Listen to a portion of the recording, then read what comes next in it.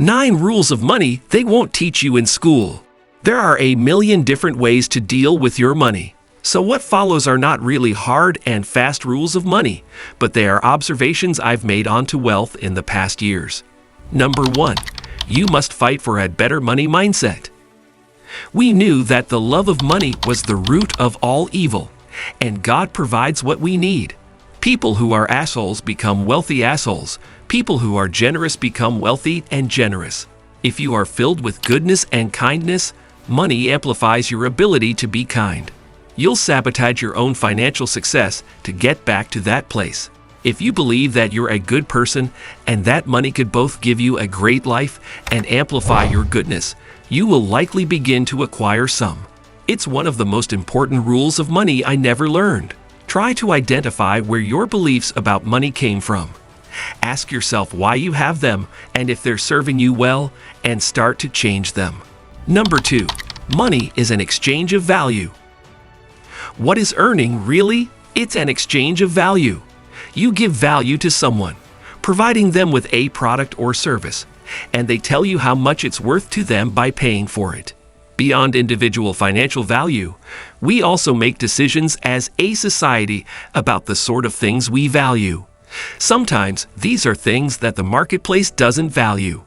When our governments invest in the arts or humanities, they are signaling that, even though these things don't have a strict marketplace value, they are valuable to us as a society.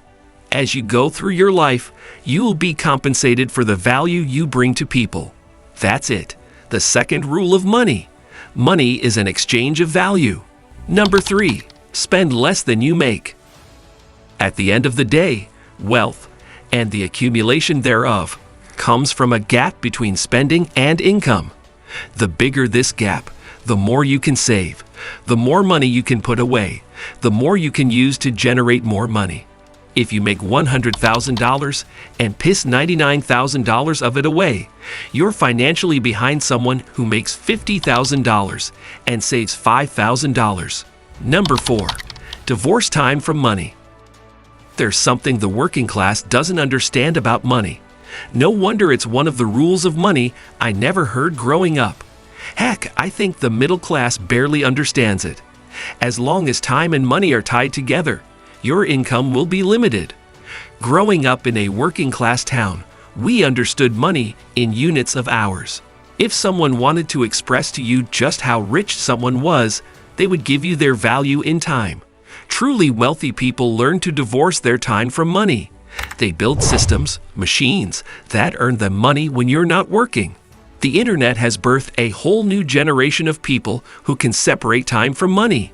YouTube stars, Instagram influencers, Twitter thought leaders, LinkedIn voices, as long as their platforms are monetized in some way, through selling products, marketing for affiliates, or advertising, are making money regardless of whether they're awake or sleeping. Number 5. Serve as many people as possible. Scale. The more people you impact, the more money you will make. It's not a perfect science, but if you can scale the value you offer to people, you'll make a lot. They got rich because they impacted millions of people with their ideas, and their books and seminars have sold around the world. It's not that these strategies don't work at all, but if you're 35 years old and have $100,000 in student debt, saving $45 a week in mutual funds isn't going to make you wealthy. Build a platform, create products, get vocal and be noticed. Then find a way to make money off it. That's scale. Number 6. Build a brand. Given the choice between Coke and Pepsi, I'll choose Coke every time. When I bought a car last year, I paid an extra $10,000 for a Honda when I could have gotten a Chevy much cheaper. Why would I do this? I know grads who are leaders in their field, internationally respected outside of academia. One, for example, whose specialty is AI, gets invited to nearly every roundtable across the country. There are some who are thought leaders, who can consult at a rate of $1,000 a day. They command massive sums wherever they go and are in demand. Number 7. Learn to do something not a lot of people can do. You know this if you've ever tried to hire a plumber or buy a diamond ring. On the other hand, some things are plentiful, but not really needed. Universities continually produce these degrees, which have literally no demand in the marketplace. Whether some of the skills are in demand is a different conversation. If you want to be wealth with your degree, either study something in demand, engineering or software development, or else figure out how to make yourself scarce in the marketplace. Number 8. Take control of your labor. When you sell your time to an employer, they usually get the better value. Do you think they'd keep you around if they didn't? They can sell your labor for a premium that makes them money off the difference. If they couldn't do this, you'd be laid off quickly. You trade your actual labor value for the security of a paycheck and a pension. And the employer takes the risk, but also gets the reward. Number 9. Wealthy people are further along, not different. We end with one of the final rules of money that my blue-collar friends didn't get growing up.